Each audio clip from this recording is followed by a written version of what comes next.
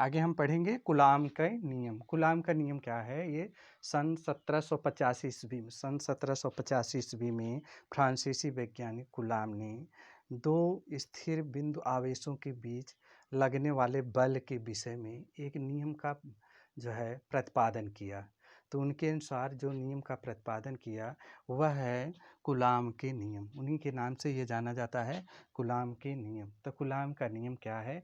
दो स्थिर बिंदु आवेशों के बीच दो स्थिर बिंदु आवेशों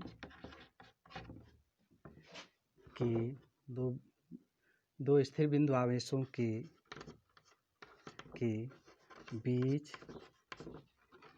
के बीच लगने वाला आकर्षण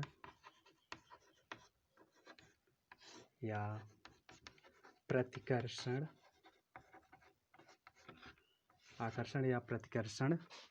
बल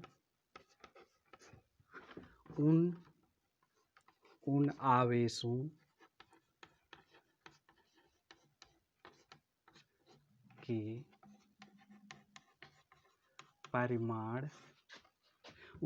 के परिमाण के गुणनफल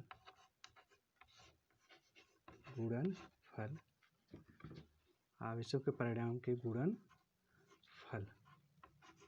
गुणनफल के समानुपाती तथा उनके बीच की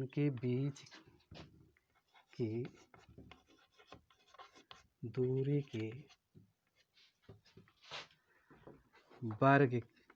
के वर्ग के व्युत्क्रमानुपाती होता है। यह है कूलाम के नियम। दो स्थिर बिंदु आवेशों के बीच लगने वाला आकर्षण या प्रतिकर्षण बल उन आवेशों के परिमाण के गुणनफल के समानुपाती तथा उनके बीच की दूरी के वर्ग के व्युत्क्रमानुपाती होता है। बीच की दूरी के वर्ग के क्या होता है? व्युत्क्रमानुपाती होता है। ये कूलाम का नियम है। कूलाम ने इस नियम का प्रतिपादन किया था सन 1785 ईस्वी में। फ्रांसीसी वैज्ञानिक थे, उन्होंने ये बताया। तो मान लिया हमने कि मान लीजिए पहला स्थिर बिंदु आवेश Q1 है और दूसरा r दूरी पर स्थित दूसरा बिंदु आवेश Q2 है।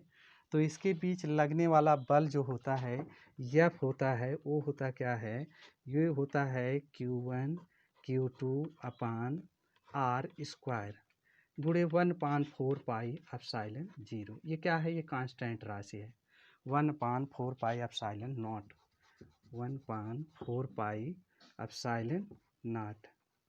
ये क्या है? एप्सिलॉन नॉट है। यह जो है F इक्वल टू ये फोर्स बराबर होता है Q1 Q2 पान r square 1/4 pi epsilon naught अर्थात 1/4 pi epsilon not into Q1 Q2 अपान क्या है? r स्क्वायर है। क्या है? r square. ये जो है बल होता है और इसे K भी लिखा जा सकता है। K equal to 1/4 pi epsilon naught. तो ये जो है कूलाम का नियम है। कूलाम का नियम है दो स्थिर बिंदु आवेशों के बीच लगने वाला आकर्षण या प्रतिकर्षण बल उन आवेशों के परिमाण के गुणनफल के समानुपाती तथा उनके बीच की दूरी के वर्ग के व्युत्क्रमानुपाती होता है। जिस प्रकार दो स्थिर बिंदु आवेश हैं Q1 और Q2, ये और B पर दो स्थिर बिंदु आवेश हैं Q1 और Q2, इनके बीच की दूरी r है। तो इस पर लगने वाला बल होगा F equal to Q1 Q2 upon r square गुणे 1/4 पाई एप्सिलॉन नॉट अर्थात equal to 1/4 pi epsilon naught Q1 Q2 upon r square. यह जो है कूलाम के नियम का सूत्र है। ये कूलाम का बल है। अब इस कूलाम का बल है।